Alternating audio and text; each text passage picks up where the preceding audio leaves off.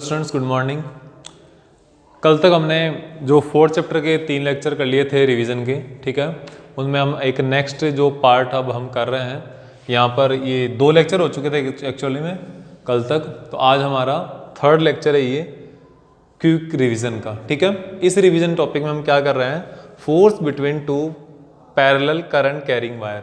2 parallel wire होंगे जो current carrying होंगे, जिनके अंदर करंट फ्लो होगी। उन दोनों वायर्स पर हम कैलकुलेट करेंगे मैग्नेटिक फोर्स एक दूसरे के कारण, ठीक है ना। सपोज आपके पास 2 वायर है, wire A and wire B. एक के थ्रू करंट फ्लो हो रही है I1 और दूसरे के थ्रू करंट फ्लो हो रही है I2। अभी फर्स्ट टाइम में हमने क्या किया है, इस करंट की वैल्यू को हमेशा सेम कंसिडर किया, ठीक है। तो सबसे पहले हम force on first due to second find out करेंगे, फिर force on second due to first find out करेंगे, ठीक है ना। तो इसमें आपको पूरे वीडियो में लगातार बने रहना है, इसको समझने के लिए बहुत अच्छा और इम्पोर्टेंट टॉपिक है आपके लिए, ठीक है। तो देखो, दोनों करंट कैरिंग वायर है, दोनों वायर में करंट फ्लो हो रही है। तो आपको पता है कि यहाँ से जब करंट फ्लो होगी तो इसके लिए टोटल करंट कैरिंग वायर्स में जब करंट फ्लो हो रही है तो यहाँ पर आपको एक चीज़ का ये ध्यान देना होगा कि इस वायर के अंदर फोर्स किसके कारण लगेगा, मैग्नेटिक फील्ड के कारण लगेगा। क्योंकि ये जो वाला जो वायर है, ये उस पॉइंट पर इस वायर की जगह अपने पास क्या करेगा, मैग्नेटिक फील्ड प्रोड्यूस करेगा, और ये वायर इसके पास अपना अलग मैग्नेटिक फील्ड प्रोड्यूस करेगा। और इसी मैग्नेटिक फील्ड के लिए हम जो फाइंड आउट करेंगे फोर्स। तो सबसे पहले हम बात कर रहे हैं force on A due to B. A के ऊपर सेकंड के कारण जो फोर्स लगेगा वो देखेंगे, ठीक है। सेकंड वायर, ये वाला जो बी वायर है, ये क्या करेगा, यहां पर अपने एक मैग्नेटिक फील्ड बनाएगा, एक मैग्नेटिक फील्ड रीजन बनाएगा। इस मैग्नेटिक फील्ड की डायरेक्शन किससे दोगे आप, राइट हैंड थंब रूल से दोगे। राइट हैंड थंब रूल कैसे काम करेगा, ये मैग्नेटिक फील्ड है और इसको आप करंट की डायरेक्शन थंब के अकॉर्डिंग रख लोगे तो fingers will represent the direction of magnetic field. तो यहां पर मैग्नेटिक फील्ड की डायरेक्शन होगी B2 की डायरेक्शन होगी बाहर की तरफ, ठीक है। फोर्स एक्सपीरियंस कौन कर रहा है, ये फोर्स एक्सपीरियंस कर रहा है, ठीक है। तो इसके ऊपर फोर्स की वैल्यू क्या होगी, I1 करंट में F12 force on 1 due to 2 is equals to I1 B2 L sine theta. दोनों की लेंथ हम इनफाइनाइट लेंथ या इसको एक इक्वल लेंथ हम कंसिडर करेंगे हमेशा, ठीक है। तो इस चीज को ध्यान रखना है। तो F12 equals to I1 B2 L sine theta. I1 current जो फोर्स एक्सपीरियंस करने वाली है, B2 फोर्स लगाने वाली करंट के कारण मैग्नेटिक फील्ड है यहाँ पे, और L दोनों की लेंथ और साइन थीटा। साइन थीटा क्या है, angle between this current and magnetic field. Magnetic field हमेशा क्या है, इस पॉइंट पर इसके कारण बाहर की तरफ है, ठीक है। तो ये आउटवर्ड डायरेक्शन मैग्नेटिक फील्ड है, करंट ऊपर की तरफ है। तो थीटा इक्वल्स टू क्या हो जाएगा, यहाँ पे 90 हो जाएगा, तो साइन 90 इक्वल्स टू 1। तो F12 is equals to, vector form नहीं लेंगे, मैग्नेटिक फॉर्म लेंगे, वेक्टर अलग से सॉल्व करेंगे, I1 B2 L, ठीक है ना। वेक्टर के लिए जो डायरेक्शन के पार्ट होता है उसको हम लास्ट में बताएंगे अलग से, ये आपके पास डेरिवेशन का पार्ट है एक बार, ठीक है। तो इसमें F12 equals to I1 B2 L। अब हम ये इक्वेशन नंबर 1 हो जाएगी। यहाँ पर I1 अपनी जगह ठीक है, B2 की वैल्यू फाइंड आउट करेंगे कि इस I2 के कारण इस पॉइंट पर कितना मैग्नेटिक फील्ड होगा ये। तो दोनों के बीच की डिस्टेंस कितनी है, सपोज D डिस्टेंस है, तो हम इसको आगे सोल्व कैसे करेंगे, Ampere's law from Ampere's law. तो एम्पियर ने क्या कहा था, एम्पियर के according mu not B dot DL equals to mu not I कौन सा, देखो ये आप कंप्लीट लूप कंसिडर करोगे, जो मैग्नेटिक फील्ड बन रहा है इस लूप के अकॉर्डिंग, इस लूप के through passing out total current क्या है, I2 करंट है। तो यहां पर क्या आ जाएगा, I2 आ जाएगा, ठीक है। N नहीं है, केवल I2 करंट है, इसलिए एम्पियर सर्कुलर लूप होता है ना, तो सर्कुलर लूप में क्या करेंगे, पूरा सर्कल जैसी फॉर्म होगी, ठीक है। इस सर्कल जैसी फॉर्म के अंदर जितना वायर होगा हमारे पास, जितनी करंट पास होगी वो लेंगे म्यू नॉट I2। और एम्पियर्स लॉ ये कहता है कि कंप्लीट क्लोज सर्किट के लिए, क्लोज लूप के लिए मैग्नेटिक फील्ड का लाइन इंटीग्रल क्या होता है, म्यू नॉट आई के बराबर होता है। तो ये मैग्नेटिक फील्ड हो गया, ये लाइन इंटीग्रल को डिनोट करता है दोनों मिलके, और ये म्यू नॉट आई के बराबर है। तो देखो यहां पर आ जाएगा B D L cos theta mu not I two. थीटा क्या है यहाँ पे, ये वाला थीटा अलग है, ये वाला थीटा इस मैग्नेटिक फील्ड और करंट के बीच में, लेकिन ये वाला जो यहाँ फॉर्मूले का जो थीटा है वो किसके कारण है, वो है करंट इस लूप के और मैग्नेटिक फील्ड लाइन के। जो मैग्नेटिक फील्ड भी ऐसे सर्कुलर मोशन में है, लूप भी सर्कुलर मोशन में, तो थीटा इक्वल्स टू कितना हो जाएगा, थीटा इक्वल्स टू क्या है 0 एंड cos 0 इक्वल्स टू 1। तो ये हो जाएगा B D L is equals to mu not I. तो B बाहर आ जाएगा, मैग्नेटिक फील्ड है, तो क्लोज लूप किसका, DL का, म्यू नॉट I, तो B DL का इंटीग्रेशन, जो इसके ऊपर जो लूप कंसिडर किया ना उसकी बात कर रहा हूं मैं। तो ये जगह 2 pi D equals to mu not I, ठीक है। तो B इज इक्वल्स टू क्या हो जाएगा, mu not I upon 2 pi D। ये आपके पास मैग्नेटिक फील्ड की वैल्यू हो गई। मैग्नेटिक फील्ड किसका हो गया, इस I2 करंट के कारण I1 पर मैग्नेटिक फील्ड की वैल्यू हो गई, ठीक है ना। अब हम इस I2 B2 की, ये क्या है B2 की वैल्यू है, ठीक है, B2 इक्वल्स टू I2 के कारण मैग्नेटिक फील्ड फाइंड आउट किया है, तो B2 ही होगा। तो B2 की वैल्यू यहां सब्स्टिट्यूट करोगे तो आप लिख दोगे substitute B2 in equation 1। Equation first में B2 की वैल्यू सब्स्टिट्यूट कर दो तो क्या आ जाएगा, आपके पास आएगा F12 equals to I1 B2L। तो B2 की वैल्यू आप लिख दोगे mu not I2 upon 2 pi D। ये क्या रहेगा, I2 चल रहा है यहाँ पे, है ना, तो ये I2 रहेगा। तो ये वैल्यू यहाँ पे रख दी, into L आई जाएगा। तो F12 is equals to mu not I1 I2 L upon 2 pi D। ये फोर्स हो गया, फोर्स ऑन 1 ड्यू टू 2। अब ऑपोजिट कैलकुलेट करना चाहें, फोर्स ऑन 2 ड्यू टू 1, वो क्या होगा, force on B due to A। तो ये हो जाएगा F21 is equals to I2 B1 L sine theta, I2 B1 L sine theta. तो आपको ये देखना है I2 कौन सी, ये करंट, इस I1 करंट के कारण यहां पर मैग्नेटिक फील्ड कैसे बनेगा, ये है, तो ये यहां पर मैग्नेटिक फील्ड बनाएगा इस तरीके से।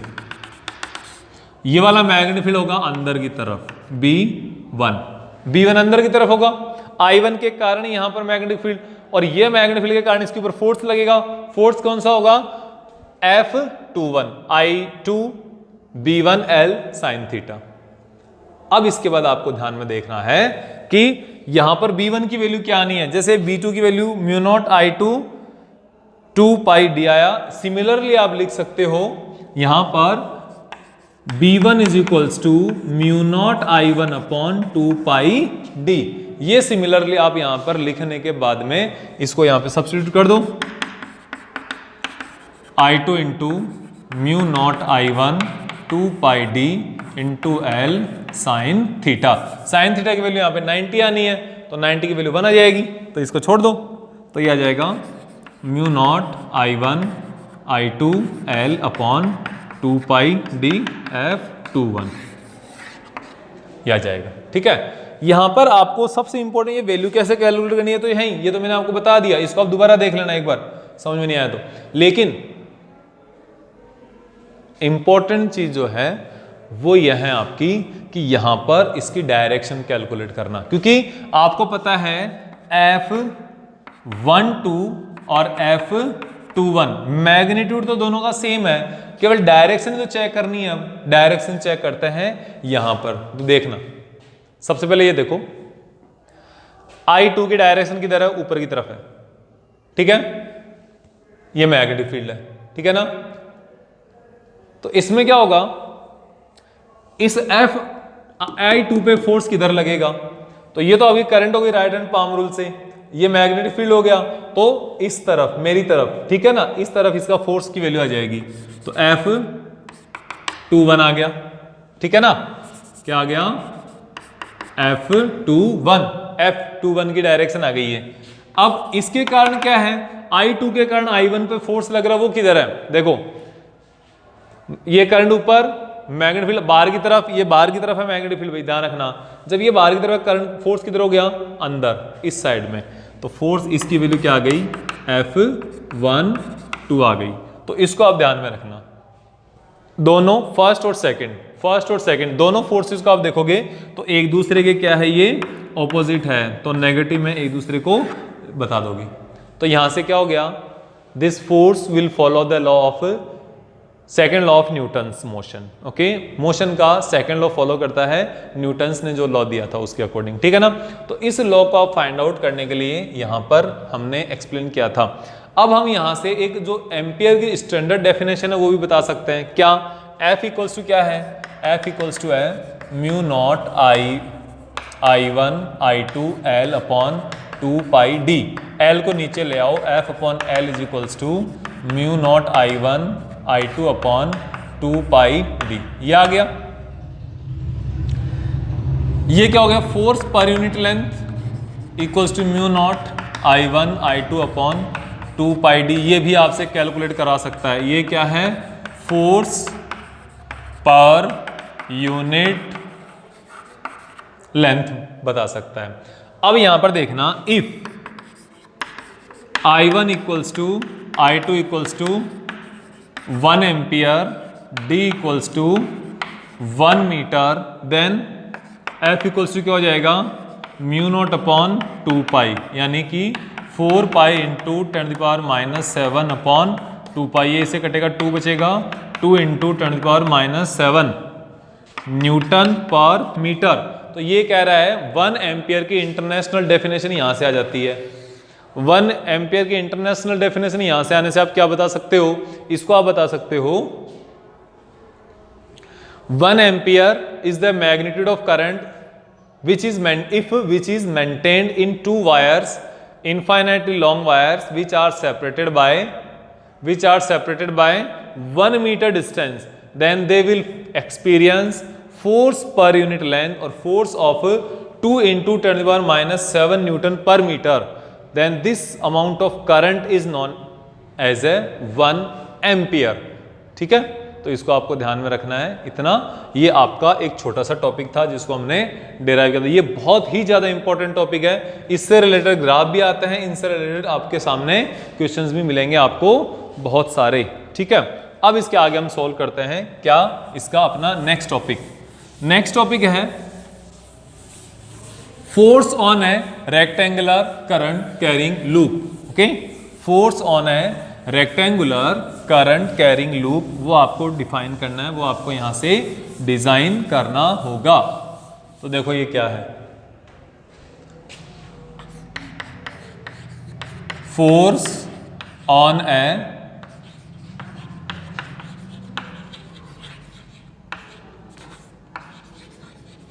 Rectangular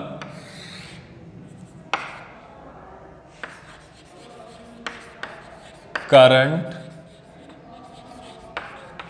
carrying force on A rectangular current carrying loop. ठीक है, ये देखो आप क्या होता है, सपोज ये मैग्नेटिक फील्ड है, ये नॉर्थ पोल है और ये है आपके पास साउथ पोल। ये दोनों क्या काम आते हैं, एक यूनिफॉर्म मैग्नेटिक फील्ड प्रोड्यूस करने के काम आते हैं। ठीक है, यहां पर एक लूप रखा हुआ है, करंट कैरिंग लूप। यहां पर करंट एंटर करेगी, इधर से एंटर करके ये ऊपर जाएगी, फिर इधर से एंटर करके लगातार वापस यहां से नीचे आ जाएगी। ए बी सी डी, ए इसकी ये लेंथ हो गई यहां पे, एक्चुअल में ये बी इसकी लेंथ हो गई और ए इसकी विड्थ हो गई। ठीक है ना, तो ये आपके सामने है। ठीक है, इसके अलावा देखो क्या दिक्कत है, अब इसके ऊपर आपको मैग्नेटिक फील्ड फाइंड आउट करना है और ये जो लूप है ये इसके साथ इस मैग्नेटिक फील्ड क्या इस डायरेक्शन में है। लूप इस तरीके से रखा हुआ है किसी एंगल पे, ठीक है ना, इस तरीके से है या फिर इस तरीके से है, तो कोई ना कोई एंगल पे रखा हुआ है। जो एंगल कितना है, थीटा है, वो आपको ध्यान में रखना है। सबसे पहले force on side A B, force on side A B side पर फोर्स कितना है देखो, इसको आप ऐसे कंसीडर लो, A capital B C and capital D, जिससे क्या कि ए और बी तो हमने इसकी लेंथ एंड विड्थ कंसीडर कर रखी है, इसलिए तो क्या होता है force 1F1 equals to I B L sine theta होता है, ठीक है। लेकिन यहां पर क्या है, आई एज इट इज सही है, करंट फ्लो हो रही है, बी मैग्नेटिक फील्ड सही है, एल की जगह कौन है इसकी लेंथ, लेंथ कौन है बी है, थीटा इक्वल्स टू 90, तो sine 90 equals to 1, F1 equals to हो जाएगा आई बी एंड बी। इस फोर्स की डायरेक्शन क्या होगी, फोर्स की देखो ये आपको तब समझ आएगा, आपको एक बार पहले पढ़ा हुआ होना चाहिए, पहले पढ़ के नोट्स को उसके बाद बैठो इसके सामने, तब पता चलेगा।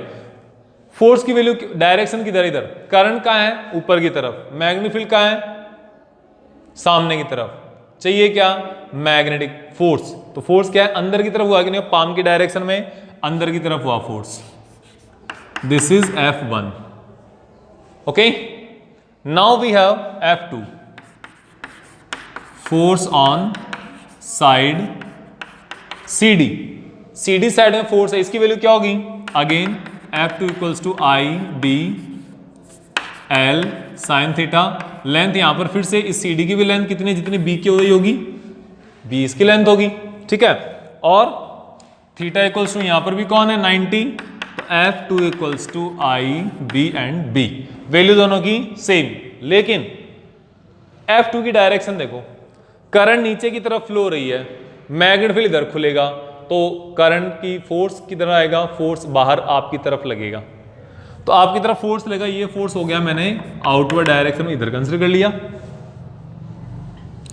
F2, तो दोनों एक दूसरे F1 एंड F2 दोनों एक दूसरे ऑपोजिट डायरेक्शन में हुए, तो आप इसको बता सकते हो नेट फोर्स ऑन लूप, इस लूप के ऊपर नेट फोर्स कितना होगा, दोनों एक दूसरे के ऑपोजिट होने के कारण ये एक दूसरे से सब्ट्रैक्ट होंगे, I B B minus I B B equals to 0, net force 0 आ जाता है, तो आप क्या कंक्लूजन निकाल सकते हो इससे कि नेट करंट कितने आ जाएगी, यहां पर नेट ट्रांसलेशनल मोशन, इसकी नेट ट्रांसलेशन मोशन आ जाएगी 0, कोई भी ट्रांसलेशनल मोशन नहीं होगी, क्यों नहीं होगी, क्योंकि आपने कंक्लूड कर लिया है नेट फोर्स लगने वाला जो है इसके ऊपर वो कितना आ गया 0 आ गया।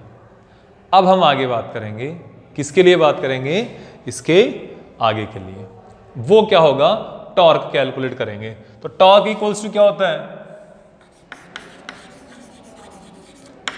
Torque equals to perpendicular distance into either force, कोई भी एक फोर्स इनटू परपेंडिकुलर डिस्टेंस। अब ये देखो हम क्या करेंगे, इसको दोबारा से ड्रॉ करेंगे, अब हम इसको ऊपर टॉप व्यू ले रहे हैं, टॉप व्यू लेने पर आपको पता चलेगा ये तो मैग्नेटिक फील्ड है, ठीक है, इसके अंदर ये लूप इस तरीके से रखा हुआ है, ये B साइड है, ये C साइड है, ये लगने वाला फोर्स F1 है, ये लगने वाला फोर्स F2 है, दोनों फोर्स एक दूसरे से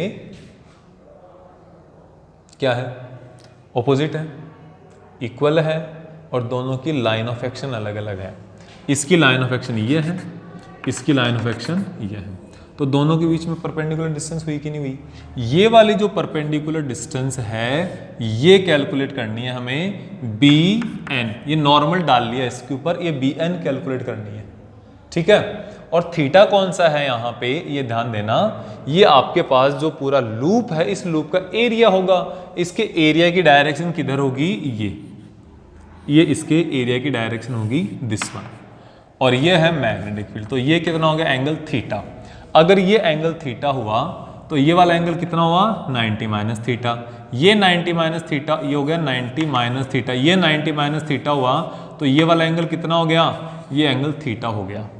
जब आपके पास ये वाला एंगल पता है तो BN और BC में डिस्टेंस पता कर सकते हो, इन दोनों में रिलेशन पता कर सकते हो, तो आप क्या हो जाएगा torque tau equals to perpendicular distance कौन सी है BN है, ठीक है, फोर्स कितना है कोई भी F लगा दो, F1 लिख दो, F2 लिख दो, F1 लिख दो, यहाँ पे कोई दिक्कत ही नहीं है, ठीक है। BN कैसे फाइंड आउट करनी है, इस ट्राइंगल से ट्राइंगल बी सी एन में देखो sine theta equals to B N upon B C, B N is equals to B C sine theta, B C की वैल्यू क्या है ए कौन सा, ये वाला है, ए साइन थीटा हो जाएगा।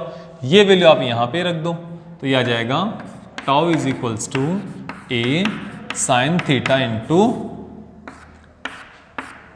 एफ की वैल्यू कितनी है आई बी इंटू बी, ये आ जाएगा। ये थीटा किसके बीच में है, इस एरिया वेक्टर के इसके बीच में, ठीक है। तो ये आ जाएगा I B A into B theta not theta sine theta, ठीक है।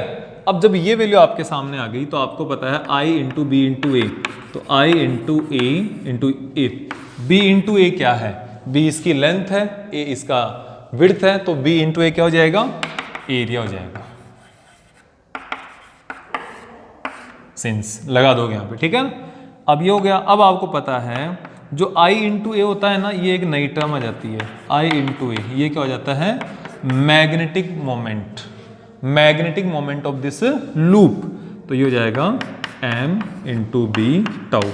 एक बात बता दूं, ये जो थीटा वाला परपेंडिकुलर लाइन लिया ना जिसको एरिया के अकॉर्डिंग लिए, ये एक्चुअल में मैग्नेटिक मोमेंट की डायरेक्शन होती है और यही यहां पर इंपॉर्टेंट फिजिकल क्वांटिटी है, ठीक है। तो ये क्या हो गया, इसमें साइन थीटा चल रहा है भाई, साइन थीटा को नहीं छोड़ोगे, और साइन एम भी कौन सी क्वांटिटी है, वेक्टर क्वांटिटी है, मैग्नेटिक डायपोल मोमेंट या magnetic moment, B magnetic field ये भी वेक्टर क्वांटिटी है, टाउ मैग्नेटिक ये जो है वेक्टर क्वांटिटी है, तो रिजल्ट आएगा एम क्रॉस बी, ये भी क्या है वेक्टर क्वांटिटी, तो इनमें क्रॉस प्रोडक्ट आ जाएगा दोनों में। और जो दोनों में क्रॉस प्रोडक्ट हमारे पास आ चुका है, इस क्रॉस प्रोडक्ट के लिए हम क्या करेंगे, ये पूरा डेरिवेशन किया है, ठीक है। इस क्रॉस प्रोडक्ट की डायरेक्शन किधर होगी, एम क्रॉस बी की डायरेक्शन में होगी, ठीक है। That will be calculated with the help of right hand thumb rule, okay. तो this how we have discussed our 2 topics in 20 minutes and इसके अलावा बाकी जो भी इसके अंदर कुछ डाउट वगैरह हो आप कमेंट में डाल के पूछ सकते हो। नेक्स्ट लेक्चर जब भी लूंगा मैं, यानी कल, आपको इसके डाउट आपको क्लियर कर दूंगा। Thank you.